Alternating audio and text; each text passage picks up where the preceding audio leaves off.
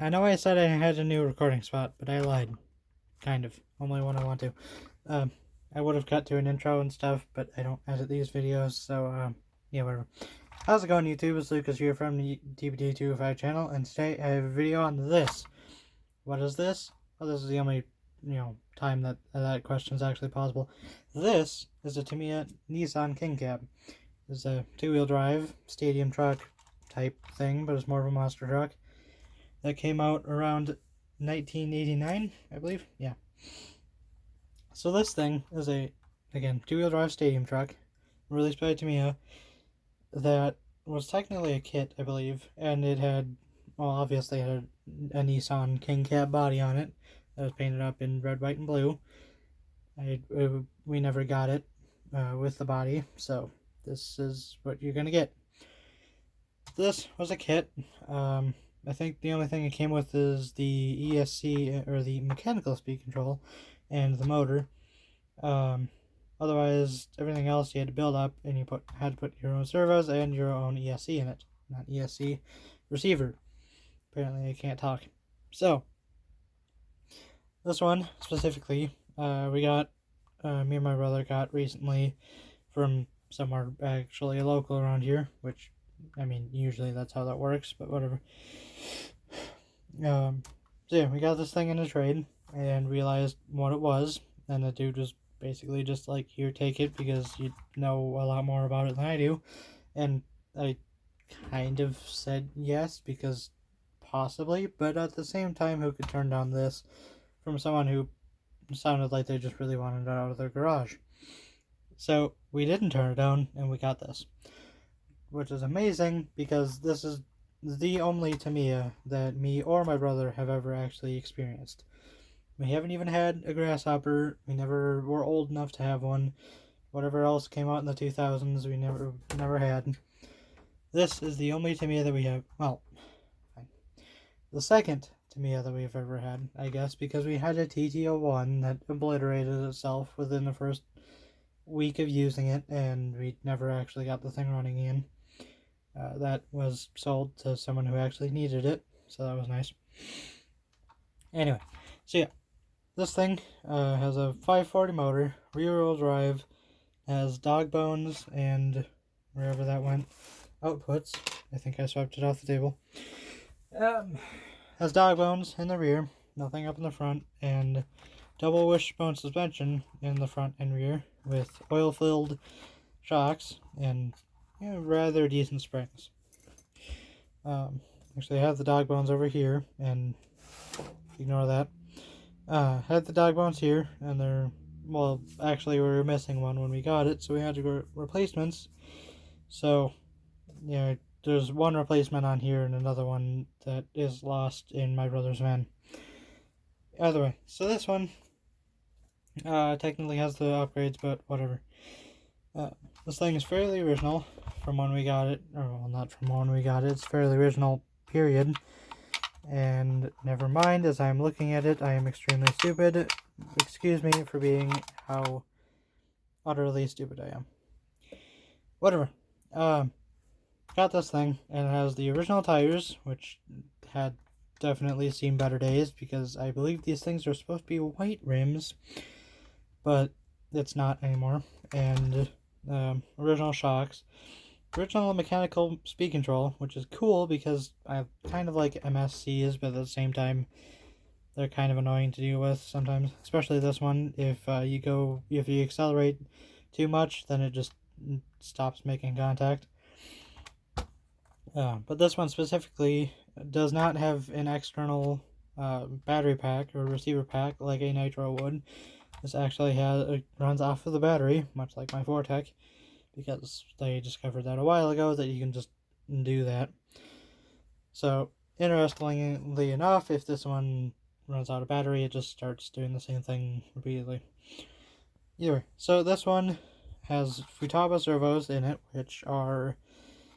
I didn't realize how fast these friggin' things would go, but these are really, really fast servos, because my grandfather had them, and they were all kind of, used. These ones are really freaking fast, and you usually see Futabas pretty much everywhere because they came with the remotes that you bought, but most people just replace them, I guess. I don't know. I usually see them on something else other than airplanes, generally speaking. But they're actually really good servos. So I believe the steering servo is the same as this anyway. Heatsink is back here, as I almost break it off. Heatsink is back here. Or not heatsink, but the capacitors are back here.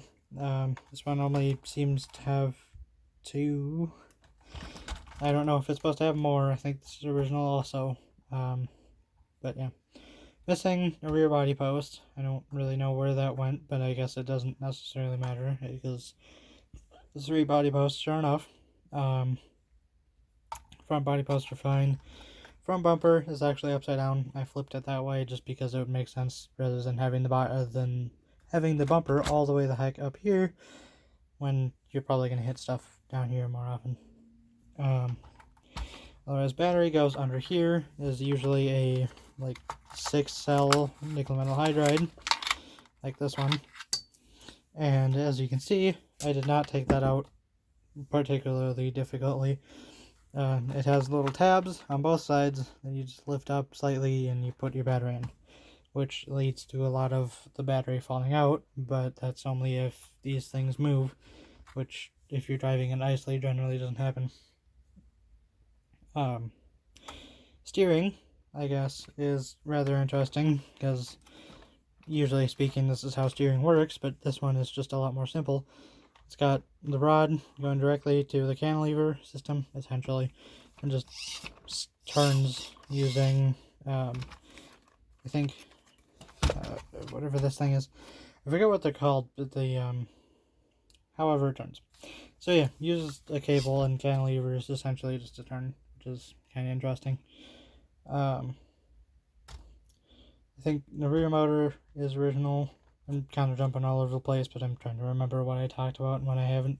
Again, I don't script these videos or edit them, aside from that note, but that was just a list of stuff I needed to talk about.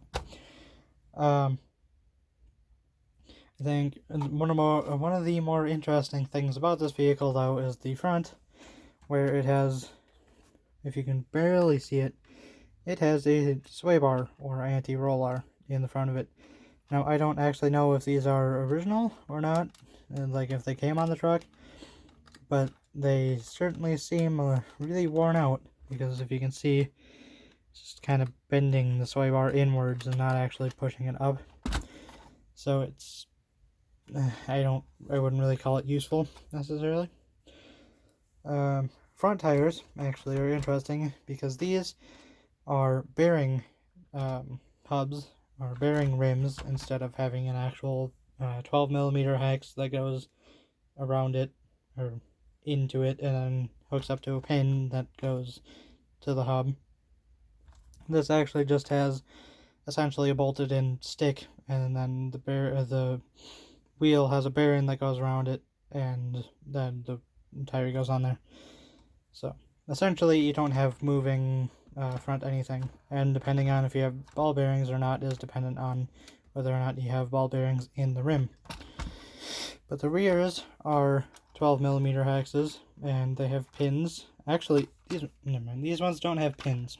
The rears have some type of metal hex, but they have splines on the inside of the hex, so it grabs splines on the inside of this thing.